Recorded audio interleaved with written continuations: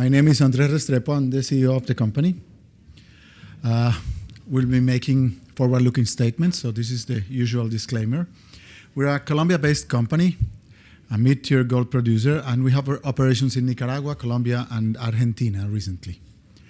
In 2008, we set a goal to grow to 500,000 ounces. We acquired Nicaragua in 2013. At that time, Nicaragua was producing 65,000 ounces. Last year, it was producing 110.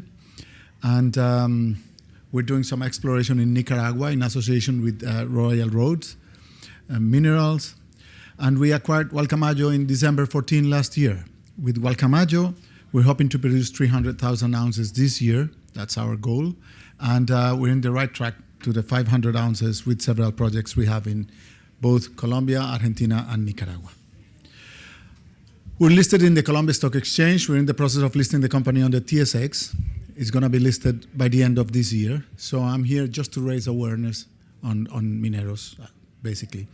Our shareholder base is very solid. We have financial institutions like Colpatria and Corporación Financiera Colombiana, family offices like MAGA, and pension funds like Porvenir and Pioneer, but it's only in Colombia, a very illiquid stock exchange. For the past 2 years, our production was in the range of 210 ounces, but we generate a very sound EBITDA.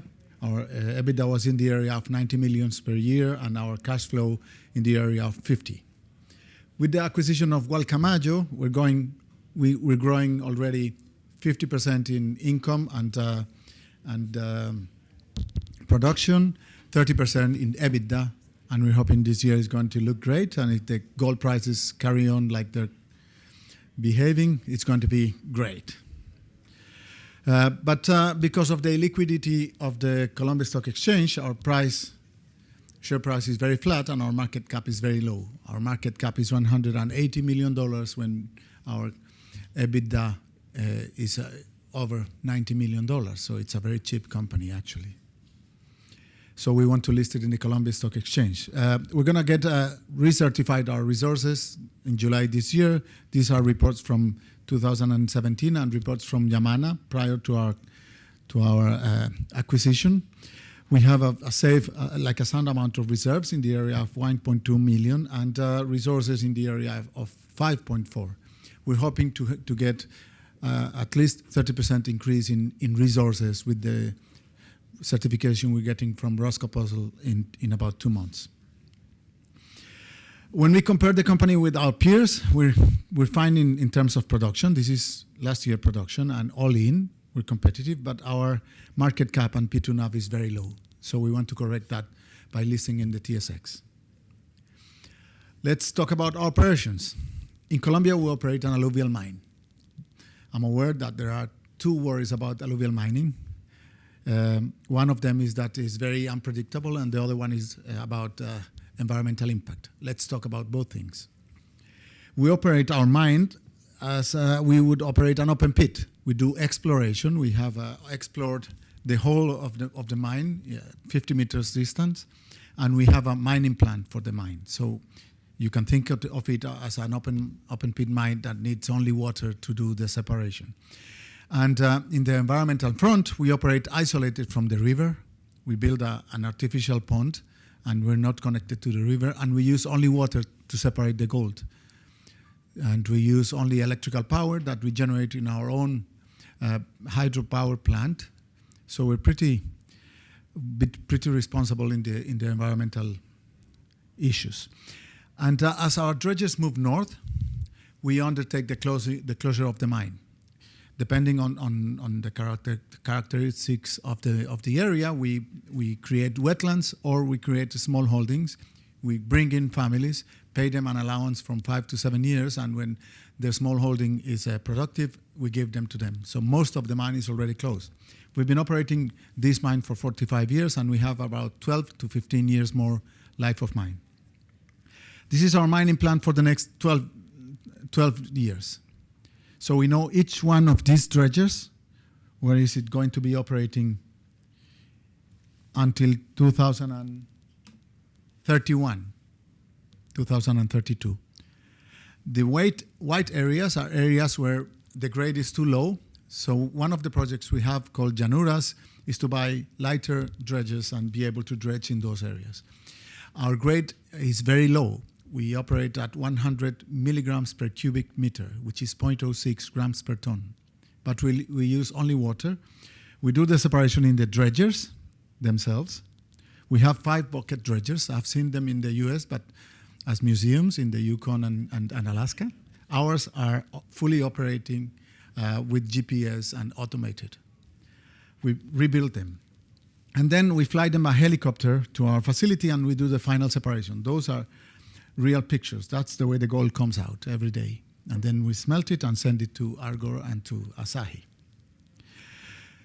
This is our cash cost, and our all-in is in the area of 600 and 700 are all-in. So our EBITDA margin in that operation is about 50%. So it's a cash cow, actually. Our goal is to keep Colombia production in the area of 100,000 ounces. We have a small underground operation there, but we want to sell it or close it. And with Llanuras, we believe we will be able to keep on producing for the next 12 to 15 years at the range of 100,000 ounces with 50% EBITDA margin. In Nicaragua, we bought EMCO. By law, we have to have artisanal mining there. Instead of seeing that as a drag, we saw it as an opportunity. So now 75% of the production comes from artisanal miners. We have them organized in co-ops. We avoid child labor. We are in the process of enrolling them in the social security system, and we teach them safe practices. We buy the mineral from them and process it in our own plant. And so we stop use of mercury in Nicaragua.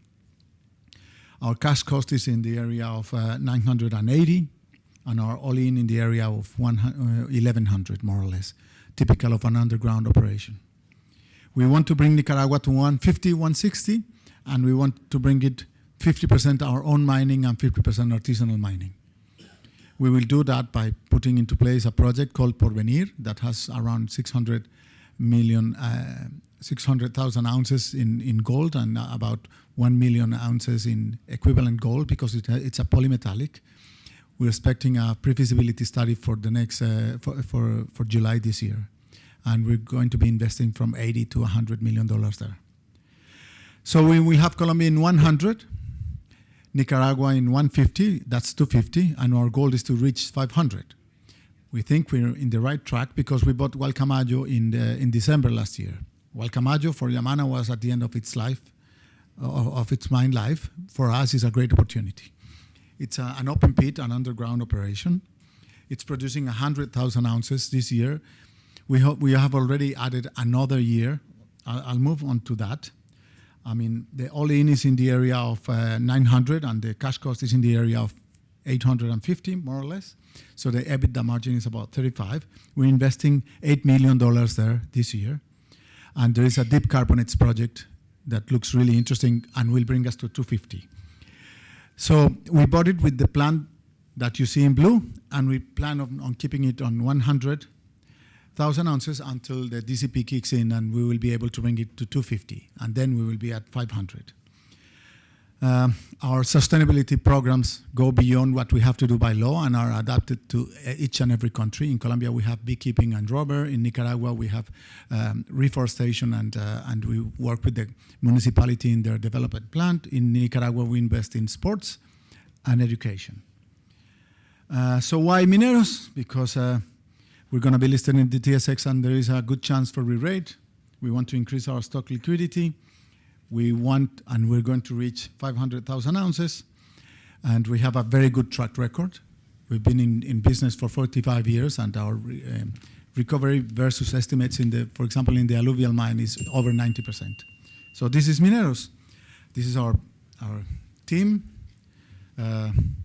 We have people from various origins. Some of them have been in the industry for more than 20 years. I'm the new guy in town. This is it. Thank you.